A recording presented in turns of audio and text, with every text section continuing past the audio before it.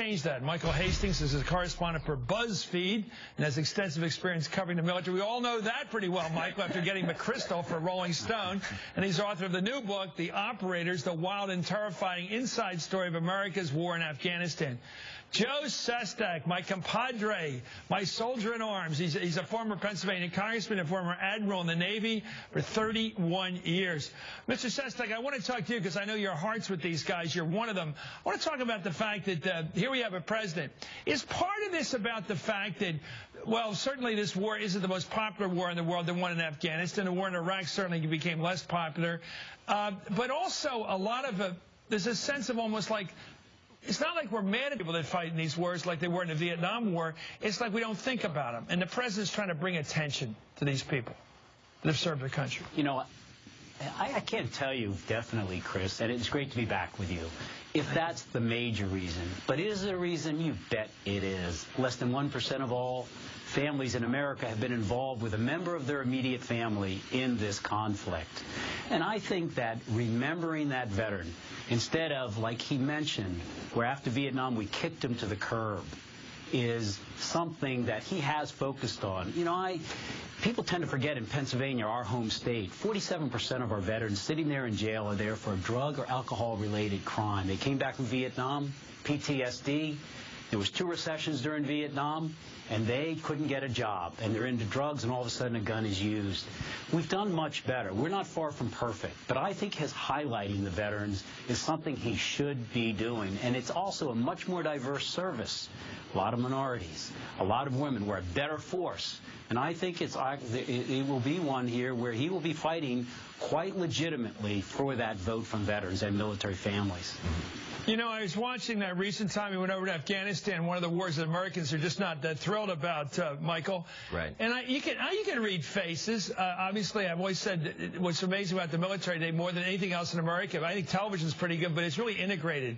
It really is diverse. It really has a lot of different kinds of people, different ethnic backgrounds, colors, if you will. And he seems to get the radiant, what do you call it, the radiant face from people. They really like this guy. Oh, certainly. When they see him in person, they embrace him and love him. The Obama campaign has bent over backwards to make inroads with military veterans, military personnel. I think it's also important to remember, I think the days of the Republicans having the lock on this kind of national security vote are over. I think the last 10 years of the failed policy in Iraq and also the struggles in Afghanistan have given a lot of people in the military second thoughts about just lining up behind the Republican Party. We see it with their support of Ron Paul, and we've seen it in 08 with their actually quite significant support of Obama. I think 45% of the military vote went to Obama in 08. So if they can continue to even make it even, I think that's huge progress. Is the military more hawkish than the rest of the country or not? Or is it about more reasonable because it knows that bad wars mean tremendously bad duties, bad billets, bad futures? Back to you, Michael. Just that point. You're hitting a point there. Right. I think the last 8 years have made it less hawkish, actually. I mean, every soldier I talk to wants to get out of Afghanistan. Almost everyone. I mean, I would say like 75, 80%. So I think they have an experience with the military. They have an experience with these wars. And Obama is the candidate who's saying, look, we're going to end these wars. What's Romney's position on this? I mean, Romney doesn't have any military service. What's he going to do to appeal to the veterans that Obama doesn't have, except say, oh, we're going to stay in Afghanistan for another 10 years. So I think that gives the president the edge. Yeah, I don't think Romney's got it in the whole history of his family. Anyway, back to you, Joe. You're going to say something here about the attitude of soldiers now about these decisions about war, not whether they have the guts to fight, and they certainly do in the training, but this decision-making. I just wonder whether they're automatically Republican anymore.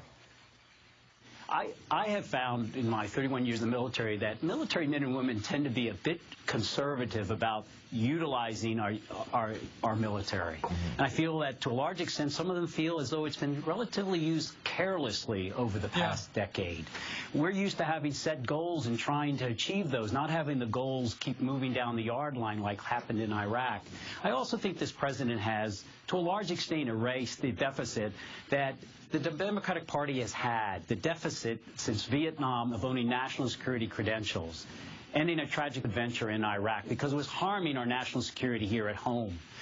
Being willing to violate international airspace over Pakistan and doing it aggressively to eradicate al-Qaeda. and then being able to say, I'm going to pivot our military and our national security to the Western Pacific, where the real challenge for us this century is. I find that, to a large extent, his ability to think through and present as a Democratic president, but also to not coming into office with Democratic Party own credentials, has boded well with his thoughtfulness and how he's approached it. Again, not everything's perfect, but he has truly had success in supporting our military well overseas, removing them where they shouldn't be, and second, taking care of veterans as they come home.